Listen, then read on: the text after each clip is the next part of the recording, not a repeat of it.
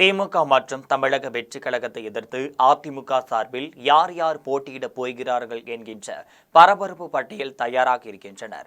அந்த பட்டியல் தற்பொழுது அதிமுக பொதுச் செயலாளர் எடப்பாடி பழனிசாமி கையில் இருக்கிறது. அந்த பட்டியல் என்ன என்பதை இந்த செய்தியில் விரிவாக பார்க்கலாம்.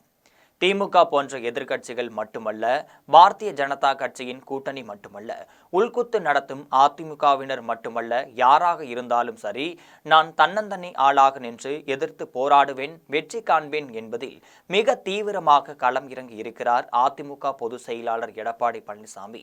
நீங்கள் என்ன எம்ஜிஆரா, ஜெயலலிதாவா என்று கேள்வி கேட்பவர்களுக்கு நான் எம்ஜிஆரும் இல்லை, ஜெயலலிதாவும் இல்லை, அதிமுகவின் அடிமட்ட தொண்டன்தான் என்றும் சொல்லி வரும் எடப்பாடி பழனிசாமியின் அதிரடி முடிவுகள் மிகவும் பரபரப்பாகவே பேசப்பட்டு வருகின்றனர். முன்னென்போதும் இல்லாததை விட அதிமுகவை படுவேகமான பாதையில் அழைத்து சென்று கொண்டிருக்கிறார் எடப்பாடி பழனிசாமி என்பதை மறுப்பதற்கு கிடையாது. கடந்த தேர்தலில் ஜெயலலிதா என்ற மிகப்பெரிய ஆளுமை இல்லை என்ற நிலையில் அதிமுகவை 66 தொகுதிகளில் வெற்றி பெற செய்ததோடு அதிமுக கூட்டணியை 75 இடங்களில் வெற்றி பெற செய்து தனது வலிமையை காட்டினார் எடப்பாடி பழனிசாமி. இந்த நிலையில் தமிழக சட்டசபை தேர்தலுக்கு இன்னும் 8 மாதங்கள் இருக்கக்கூடிய சூழ்நிலையில் அனைத்து பகுதிகளிலும் கட்சியை வலுப்படுத்தி சரியான வேட்பாளர்களை களம் இறக்கி வெற்றி பெற செய்வதற்கான வியூகங்களை எடப்பாடி பழனிசாமி மிக வேகமாக அமைத்து வருகிறார். அந்த வகையில் தனக்கு மிகப்பெரிய பலமான கூட்டாளியாக மகன் மிதுன் தோள் மீது கை போட்டிருக்கிறார் அவர். மிதுன் அவருக்கு ஒரே மகன் ஆவார். வரும் 2026ஆம் ஆண்டு சட்டமன்ற தேர்தலை எதிர்கொள்ளும் வகையில் மகன் மிதுனுக்கு பல முக்கிய பொறுப்புகளை வழங்கி இருக்கிறார் அவர். எடப்பாடி பழனிசாமி மகன் மிதுன் பழனிசாமி அரசியலில் ஆர்வம் கொண்டவராக இருந்து வருகிறார். நவீன தொழில்நுட்பங்கள் மற்றும் தகவல் பரிமாற்றங்களை நன்கு அறிந்தவராக இருக்கிறார்.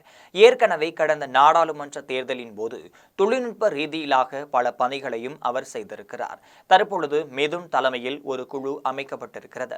அவர்கள் முதற்கட்டமாக தமிழ்நாடு முழுவதும் கடந்த 6 மாத காலமாக ஒரு சர்வேயை நடத்தியிருக்கின்றார்கள். ஒரு தனியார் நிறுவனம் மூலமாக இந்த சர்வேயை மிதுன் நடத்தியிருக்கிறார்.